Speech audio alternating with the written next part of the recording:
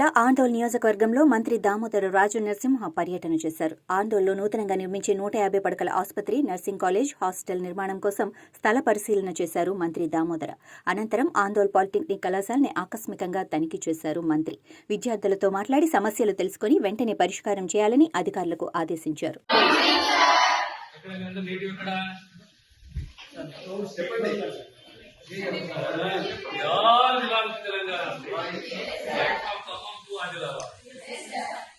Zaheerabad to मंत्री अंतरा ये जिला देश मिली आदिलाबाद के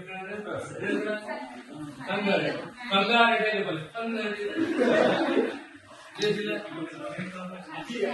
मंचूरिया आदिलाबाद सिटी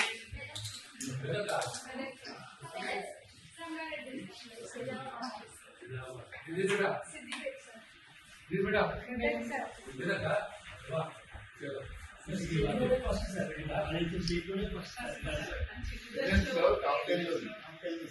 आपने फोटो